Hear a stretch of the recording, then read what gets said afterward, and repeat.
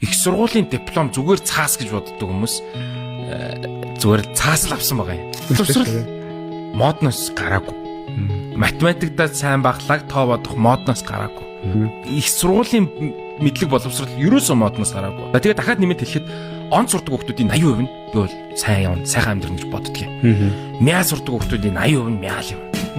Яг хуу энэ дундаас outlier гэдэг те сойлогсод те гарч ирээд яг хоо нэг манай энэ муу сурдаг байсан одоо лаг бизнесмен болцсон. Одоо бүр сүүлийн хэдин 2 ерөнхийлөгч нүртэл боловсралгүй байгаа гот. Боловсралгүй ч гэсэндээ болдго юм уу гэдэг. Нөө ийм нийгэмд л ингээд ийм болгочоод байна. Тэрнээс биш одоо ингээд хаяада те за энэ онц сурдаг энэ аригчин болсон. Эн чинь ерөөсө цөөхөн тохиолдоод байгаа учраас хүний амьдрал ярьж байгаа байхгүй. Манай энэ одоо багын найз багаас онц сурдаг байсан инженер болоод сайхан амьдарч байгаа. Энэ сонирхолтой түүх биш байхгүй юу? So what? Типстэй. Тэгэнгүүт бид нар болохоор ингээд сонирхолтой юмыг хуваалцдаг мэдээлдэг. Яагаад онгоцны ослыг бид нар мэдээлдэг? Ховор тохиолддог учраас шүү дээ.